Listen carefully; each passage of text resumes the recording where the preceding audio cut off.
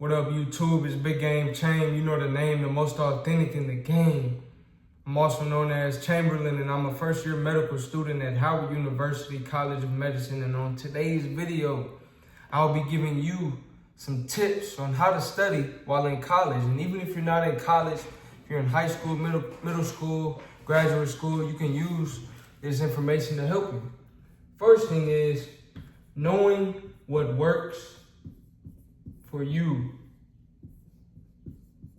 This is key, right? When you're in school, people are gonna tell you, oh, you gotta do it like you have classmates that would, oh, this is how I study, this is how I study, this is how I study. But at the end of the day, you have to figure out how you study, right? So, and this is all trial and error. You have to figure out, okay, what works for me? Is it active recall, right? Is it the use of study guides, right? Could it be flashcards, right? Do I prefer group or do I prefer individual studying, right? So you have to figure out what it is for you. For me personally, I performed well in college, high school, and I'm doing well in medical school. And for me, I know that I'm an individual studier. I don't study as well in groups as I do when I'm by myself. Why? Because I like to talk, right? So I'm the type of person where if I'm in a big group studying session, it's easy for me, it's easy for my group mates, it's easier for us to get off topic. And time is everything, right? And as you matriculate from high school to college to graduate school at these different levels in professional school, you realize that time is really of the essence, and it becomes more and more important that you optimize your time. In high school, middle school, you might be able to wait till the last minute and still do well in your exams and things of that nature. But once you get to medical school, once you get to college, once you're dealing with certain professors, you don't want to have those bad habits. And so you have to make good use of your time and know which study method works for you, right? So figure that out, trial and error. Once you figure that out, stick with that. Number 2, this was especially important for me in college. I went to Xavier. I'm a graduate of the illustrious Xavier University of Louisiana. And my second point that I want to make that was very critical to my success was the use of office hours. So every professor has office hours, and they will inform you of their office hours. And for me, I'm a big believer in being proactive, not reactive. I'm a big believer in asking questions when I need help and going directly to the professor, because oftentimes who's grading your exams, who's making your exams, your professor.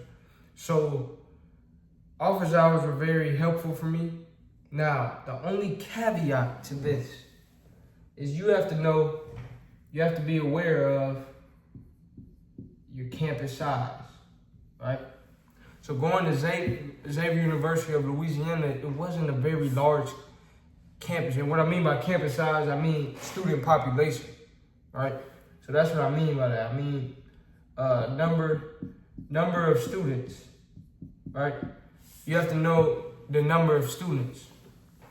And if you have a large student population, I know some people went to bigger schools and they said for office hours, it would be maybe 200 people in line trying to wait to talk to the professor. You didn't have a lot of time to ask questions and really get one-on-one time. If that's the case, then like I said, time is of the essence. Then you may not have use for office hours. But if you go to a school where when you go to office hours, there's maybe only 10 or less students at a time, 5 or less students, or you're able to get one-on-one time, definitely make use of office hours. Ask any questions, any clarification questions, any questions on, why you got certain questions wrong on an exam and things of that nature, and ask them how you can do better and be better in their class. Which brings me to my third point. My third point, especially for college students,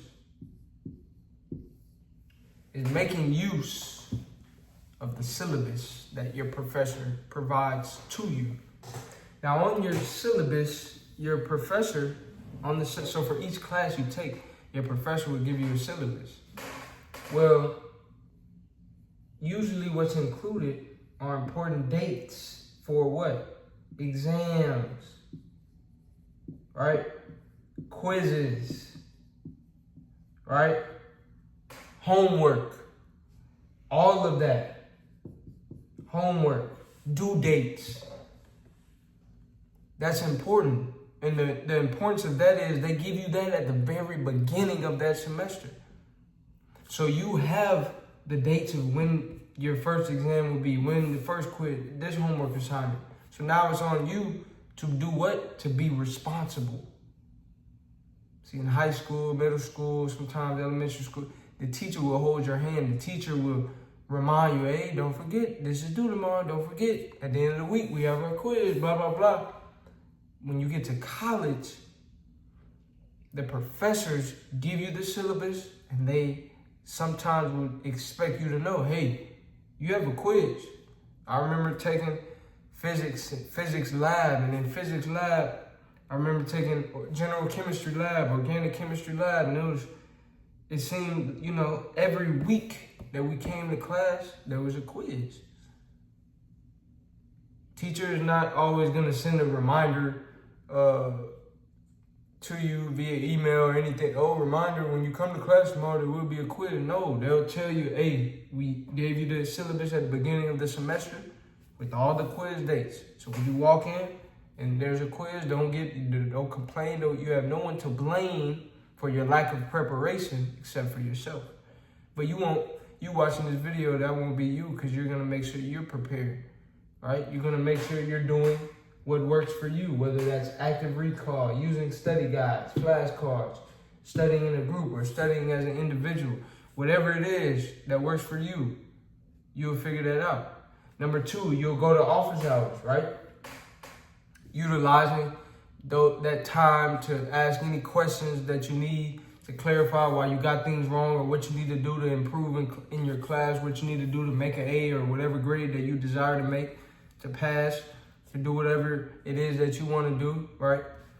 And last, but certainly not least, you'll look at the syllabus.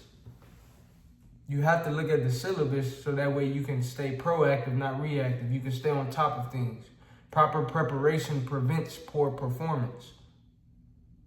Proper preparation prevents poor performance.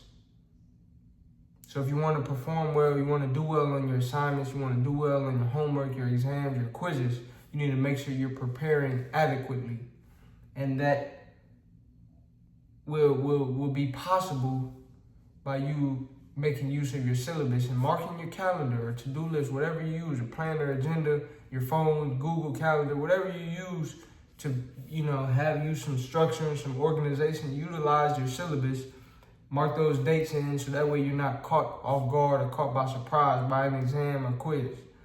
And I believe if you do what works for you, if you attend office hours, unless you're at an extremely large campus and office hours aren't useful, but and it also, if you use your syllabus, I think if you do these 3 things, you will be successful, you will excel in your classes, and you will do well.